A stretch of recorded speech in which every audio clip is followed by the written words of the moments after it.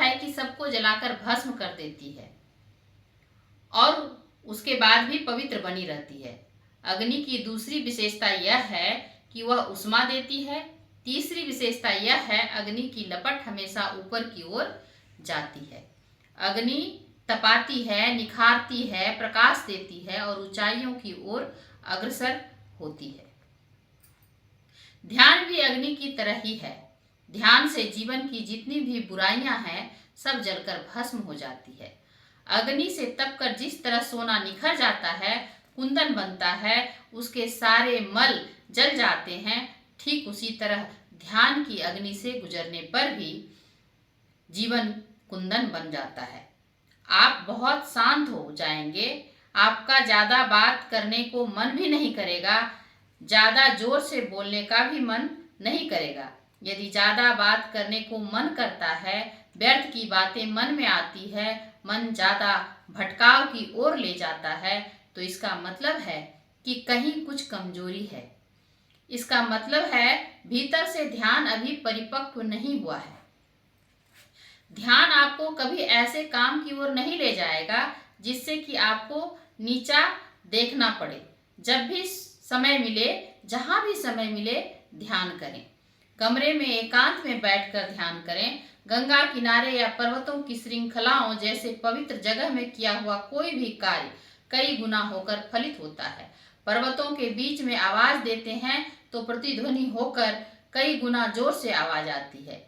इन पवित्र स्थानों पर किया हुआ कोई भी कर्म इसी तरह से प्रतिफलित होता है। चाहे वह बुरा हो या अच्छा हो, मिलता वापस हमें ही है। ध्यान से शांति का अनुभव होता है। बीच बीच में डुबकी लगाकर देखते रहें कि कहीं ठाकुर हमसे छूट तो नहीं गए हैं। भगवान को साथ रखने का यह एक तरीका है।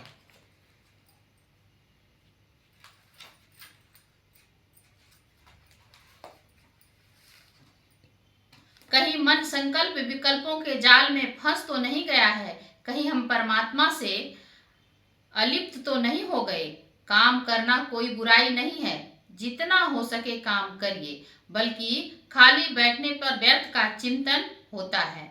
बहुत कम लोग हैं जो हर समय एक ही धारा से जुड़े रहते हैं।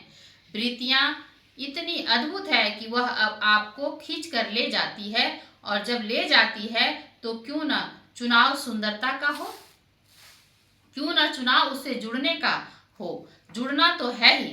यह बहुत ध्यान देने की बात है कि काम करते समय बीच बीच में आंख बंद करके देख लें कि हम कहाँ हैं, किसी सेंटर से जुड़े हैं। यदि मन के प्लग को संसार से जोड़कर रखा तो समस्याएं ज्यादा होगी। यदि मन को परमात्मा से जोड़ेंगे, देखेंगे समस्याएं आएंगी, लेकिन वे समस्याएं की तरह नहीं लगेंगी। एक विचित्र बात हो जाती है, आपके भीतर कोई बैठ जाता है जो सारी समस्याओं का समाधान आसानी से कर देता है। आपको लगेगा भीतर कुछ होता है, मैं तो थक गया, मुझसे समाधान न हुआ, लेकिन आपको समाधान मिल जाएगा। ध्यान एक अग्नि है, आपको निखारने के लिए ध्यान एक ऊंचाई है। अग्नि की तरह आपको ऊपर ले जाने के लिए एक बार ध्यान के साथ जुड़ा हुआ व्यक्ति कभी गलत कर देगा तो वह भटक सकता है, लेकिन अटक नहीं सकता। कई बार ऐसा होता है, पिछले जन्मों के कर्म भी जोर लगाते हैं और व्यक्ति के अंदर भी कहीं न कहीं कोई कमजोरी होती है तो व्यक्ति भटक जाता है, लेकिन उसमें फिर वह जागृति आएगी भीतर से और वह फिर चल पड़ेगा। ध्यान से, सत्संग से जीवन में दिव्यता आती है, और जब तक भीतर में दिव्यता नहीं आती तब तक व्यक्ति कभी भी सुंदर नहीं हो सकता। धन्यवाद, नमस्कार। प्लीज़ अगर अच्छा लगे तो चैनल को शेयर कीजिए, लाइक कीजिए और सब्सक्राइब कीजिए। धन्यवाद।